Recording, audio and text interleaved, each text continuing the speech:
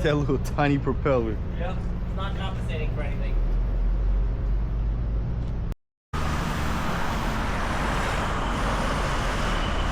Yeah, beast. Hardcore, man. Hello, 501.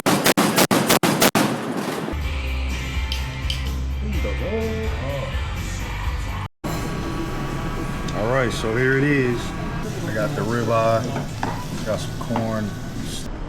Oh, they really got a grill out here. I smell that. So that's definitely an amazing sight to see. This is one of the buildings that was actually here during the atomic blast in Hiroshima. Yo, what's up, YouTube? So we up early this morning, headed into work. We're going on a work trip over the weekend for about 4 or 5 days. We're going to a city called Kure. It's near Hiroshima in Japan. We're gonna be getting a rental car, rolling up there. We got a battle buddy coming with us, so stay tuned. All right, so I got the rental car. We got a Toyota Corolla. It's an electric car, so that'll be cool. Won't have to worry about too much on gas, but this whole trip is paid for by my job anyway. About to get ready to roll out.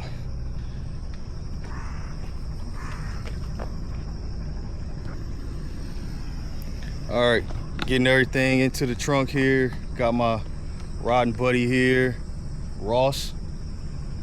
So let's go. All right, so we made it here to Kure.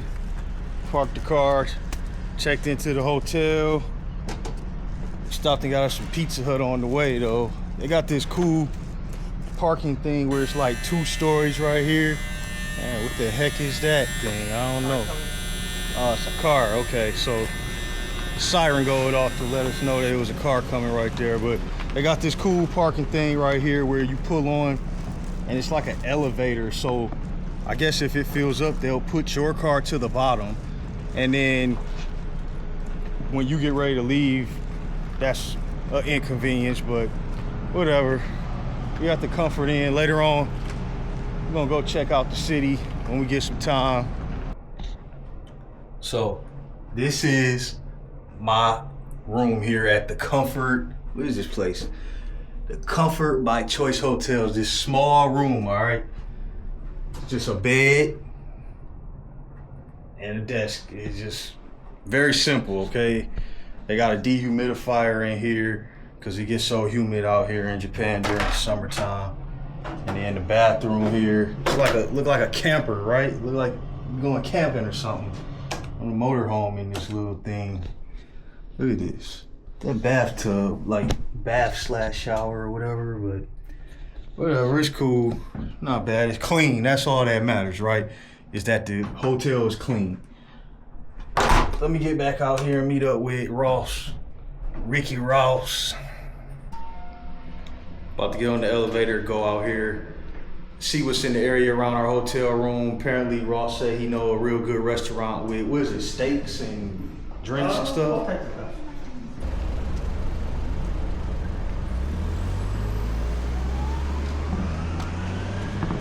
So this is the alcohol place you're talking about, or what is this? Yeah, so down below here is a distribution center / store for an incredible large selection of shochus and sakes. We also have different types of whiskeys, both from Japan and around the world. And then upstairs is going to be basically a local izayaki type restaurant where they have all their specials up there. You'll see in a minute. All their specials are on pieces of paper of the local daily meats, vegetables, all types of stuff. Step 1 though is get in here and see what it's about.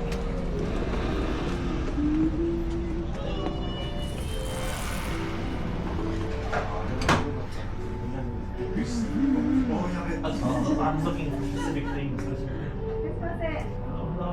I'm not sure what this is, but it looks good now. The docile is what I like. So, right before I leave, I'll probably buy a couple of these. These are pretty rare. the Dosai Dux's 23 is highly sought after. Your Dosai 39 is like your lower end. Your 23 is your middle. It's quite good. And then of course the 23 ducks are quite good too. This is your Dosai Sochu, also very hard to find, very rare.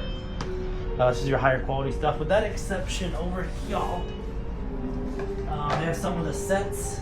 So this bottle is actually highly sought after. This one is not. They get you that way. They want you to buy one to get the other. And then What is this right Sochu. here? Those are Sochus. And then here we have quite a lot of these are quite good. Last time I was here, I bought the big Scorpion bottle, the 4.5 liter bottle of Scorpion Sochu. Last time I was here, they had it right sitting right here. This is 4.5. What Yeah, is those are the good Grandson bottles. So we have a So wait a minute. What exactly is sochu?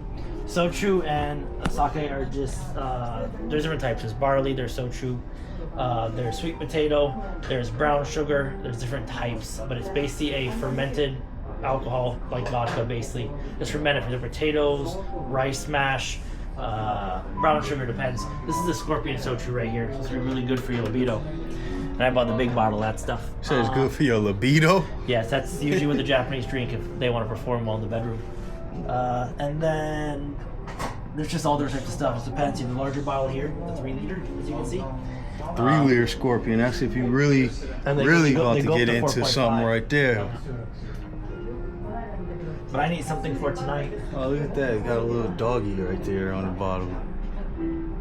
Scorpion, huh? Stuff that's in the chiller. What is that? That's like orange juice or something? I don't know. I'm gonna see what this one is. That one look like it might be tastes kind of good.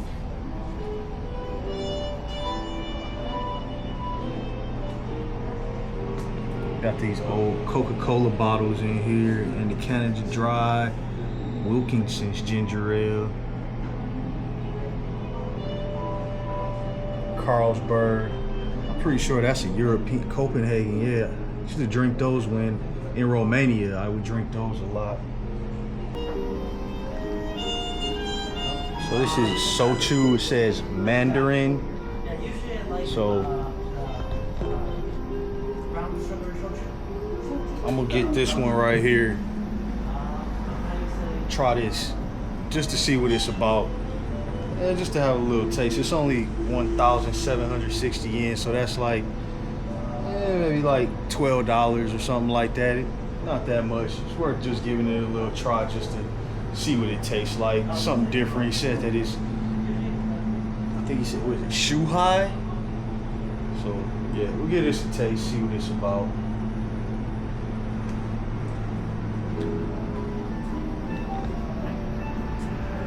Oh, they got that Moet. Look at those. It's a big bottle right there.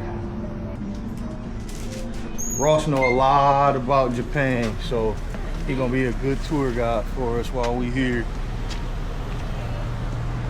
Show us all the good spots.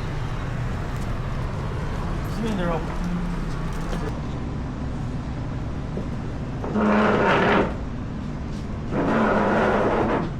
Got a cool little outside bar here. It's a cool little spot. I like it. You're on your own when it comes to stuff. So we got these little like these wet towels or whatever. What number is that? It's the actual towel.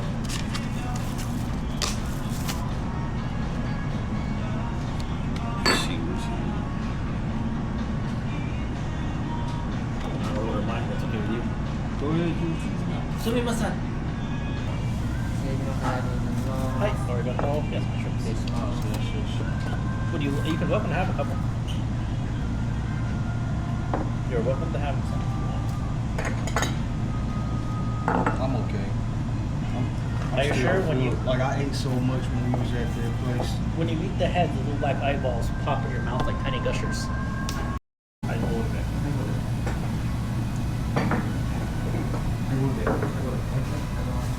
The translation says it.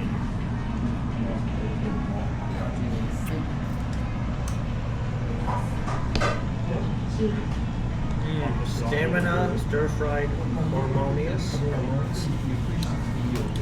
Great question. Stamina, stir-fried hormones. I think this is a translation issue. Yeah, I think probably it just translating it bad. Yeah, parts of the chicken. Just different parts of it. Just chicken scraps, basically. But it's cheap, it's small plate, easy to eat. Yeah. Should definitely have one piece of chicken. Y'all know I'm a picky eater, right? Alright, I say that all the time, man. Chicken parts.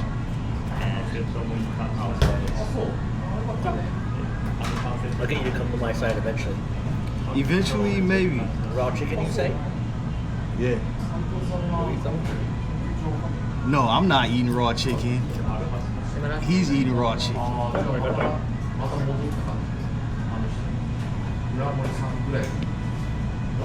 What are those? That's the testicles? No, I think this is the, It looks like... no, they're the scallion. This is fried scallion. Okay. I have to have a vegetable with all this food. Vegetables are part of a healthy diet. You really should try it. It's really good. They use the yuzu black pepper. Yeah.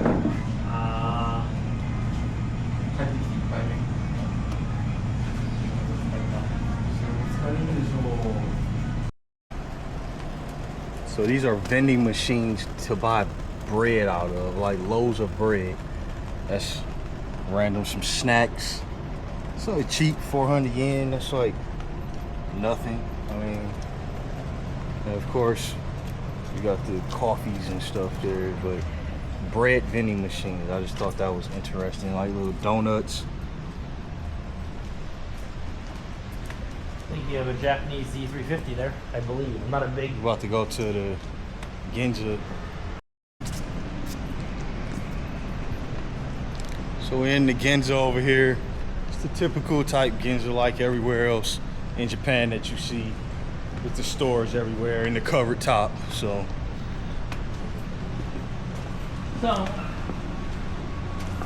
Hiroshima is famous for their food, and this is one of the things they're famous for. This is going to be a noodle meat egg pancake with rice in it.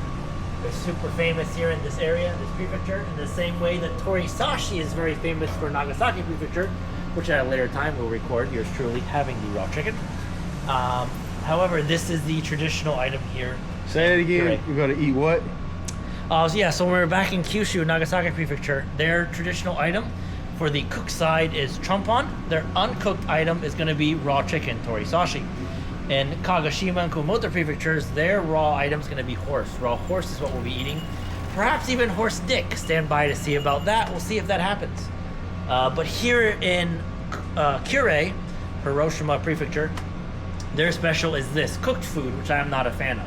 You said this is pancake with noodles? Yep, it's basically a noodle, rice, egg pancake. There's all different types here, different things included in here.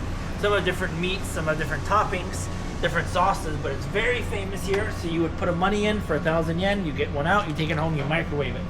If you want one fresh, you go into the shop and they cook it for you right there. Yep. Pancakes with noodles on them out of a vending machine. There you go. So as you can see, the little old man walking across the street is blind, or he's probably partially blind, but he got the stick and everything, and he's feeling on the ground. And I just wanted to show y'all, if you look down, you see those little blocks in the ground there. They're everywhere on the sidewalks in Japan, and that's exactly what it's for. Blind people, so they can feel, and then they got the different texture there, so when they come up to the street, they know that they're getting to the street, and it allows them to be able to walk around on the streets and get around easier. He can't be completely blind, but he probably mostly blind, you know. But I just wanted to point that out and let y'all see. And then you can see he's still over there walking. I think it's pretty cool. It's good that they have that for people that are disabled, you know, and it allows them to be able to get out on their own. And it's all over, everywhere you walk, right? And you hear that little chirping noise in the background. They have that at intersections so that blind people can cross the street by listening to those chirps. I don't know what the chirps mean, but I would if I was blind, obviously, right? It would allow me to be able to get around. So that's real cool, I'll you know. consult you for this. So we went to work earlier, took care of business. Now we're about to get ready to head out, see what's in Kure. Second day of the trip. See what's going on, y'all.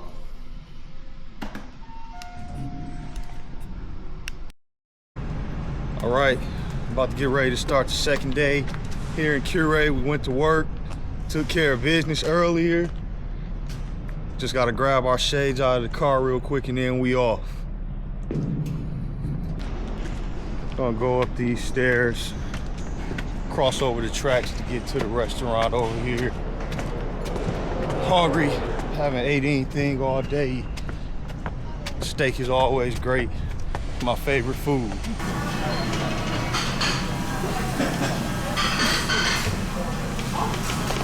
Oh, this is like the meat food. Yep, super easy. I've never been to one with the grill like this. It's always the open flame. That's pretty cool. Hi, Hi, order. Hi.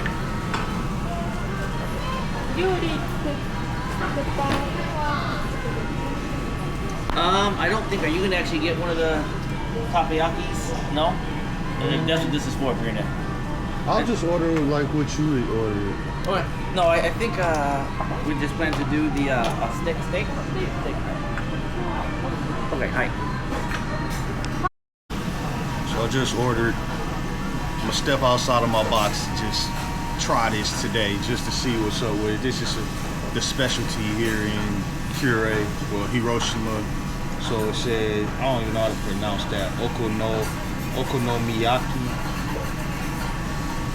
It's like the egg with the noodles underneath it and onions and the meat and stuff like that.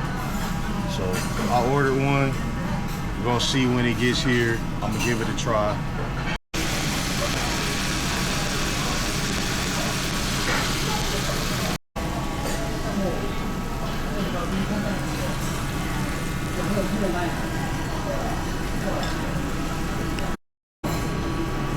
All right, so here it is.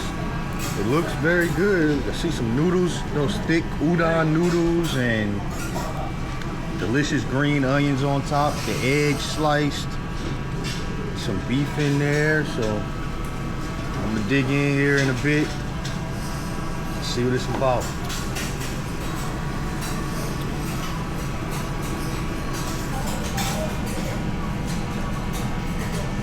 All right, let's see what's up. I told you, stepping outside of my box here. That. A piece of meat. It's a piece of beef fat. Yeah, it looks like a straight up piece of fat. About good as the flavor, you know. The glorious flavor.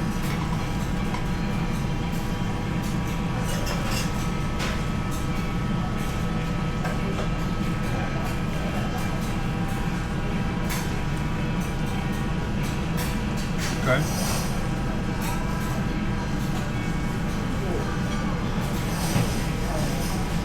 Not bad. So we're about to get ready to head over to the JMSDF Kure Museum, also known as the Iron Whale, because it's got a big submarine, an actual submarine, sitting outside in front. So that's where we head. It's about a 9-minute walk. We just left from the restaurant, ate a little steak. I had a little snack. You know, I didn't want to get too full because we're gonna be doing some walking, and if I get full, then I want to go sit down somewhere and take a nap. So let's get over here and see what's up in Kure, y'all. Oh, there it is. Man, that thing is huge. It's a lot smarter than I thought it was. Right, look at that little tiny propeller. Yep, it's not compensating for anything. Oh, it's got some little tiny ones there on the side too.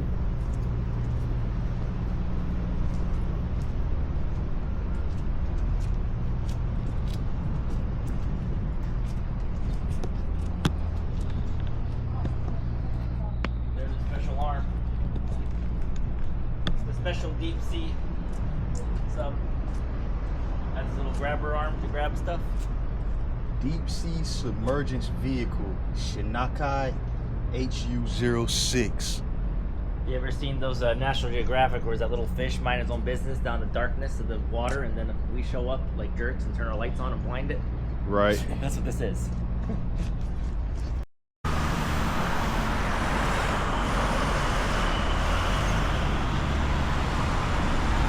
Like it has 6 torpedo tubes forward, 2 aft.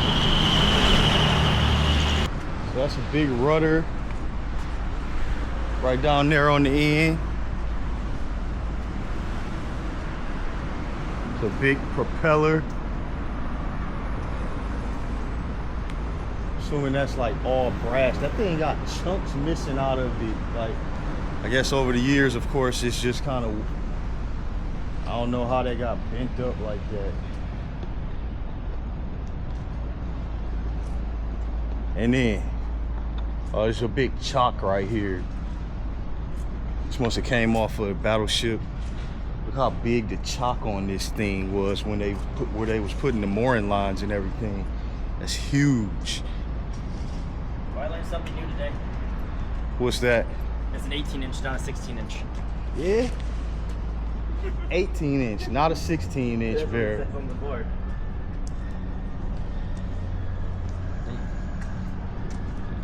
That's the ship right there. Right here, she had 14 18-inch guns and 41 8-inch. That's crazy. The amount of firepower that this thing was laying out there. Yeah.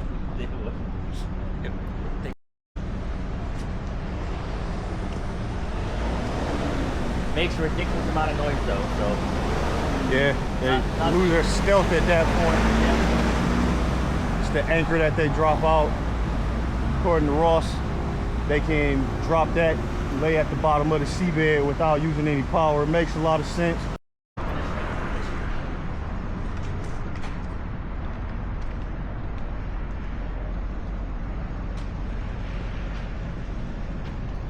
What blows my mind is stuff like this. The fact that these big cranes you see over yonder at the yards, so they can just pick this whole thing up by these attachment points.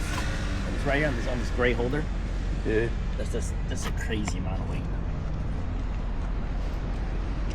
Mega machines, like on the History Channel, they got those that show all the different construction equipment that's just amazing how much weight it can lift and stuff. Free admission, my next place. Oh, that's cool. So this section of the museum is dedicated to mine sweeping and different types of mines that are used in the waters.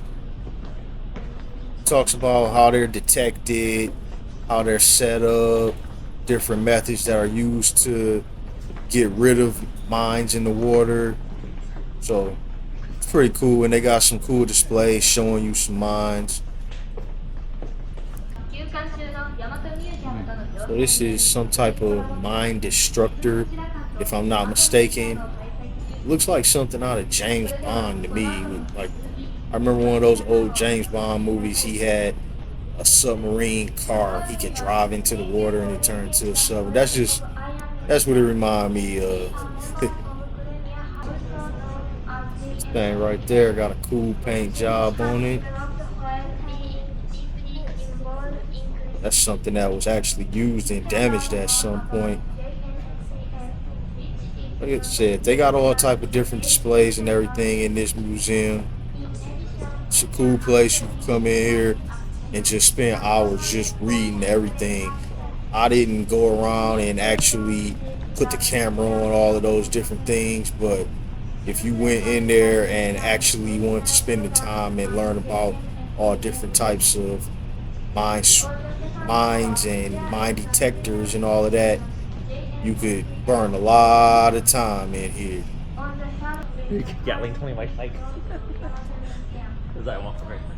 Can you imagine doing that? How great that would be. Yeah, that thing is Yeah, beast. hardcore, man. Good old revival tank. I like the on-off button, red light, You have your arm safe. It's just simple, right? It's simple. It's easy. It'll probably be ridiculously powerful. Imagine being behind that thing. Oh, there's the chute to catch the rounds as they come out. Empty shells, casings. It's reminded me of back in the day when I was on the destroyer shooting the 25 Mike. It's a little bit of footage that I got from back in the day when I was on the USS Ramage DDG 61. Level 501.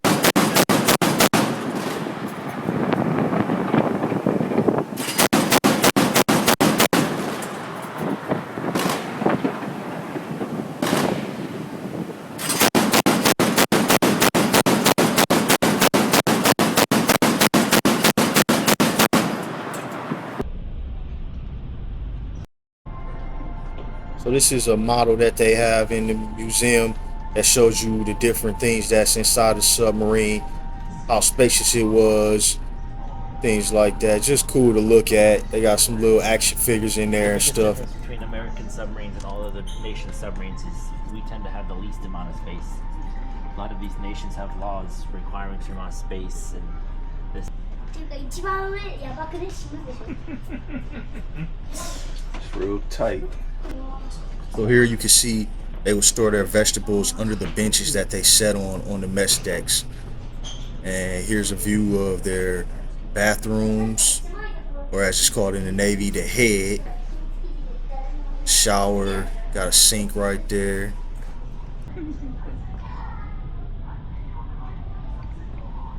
Drone anti-submarine helicopter. That's pretty So for cool. some reason, they wouldn't allow us to have cameras inside of the submarine. That security guard standing right there stopped us. Please take the time to like, subscribe, comment, and share. And also watch part 2 of this vlog so you can see the rest of the adventure that I have while on this work trip in Kure, Japan.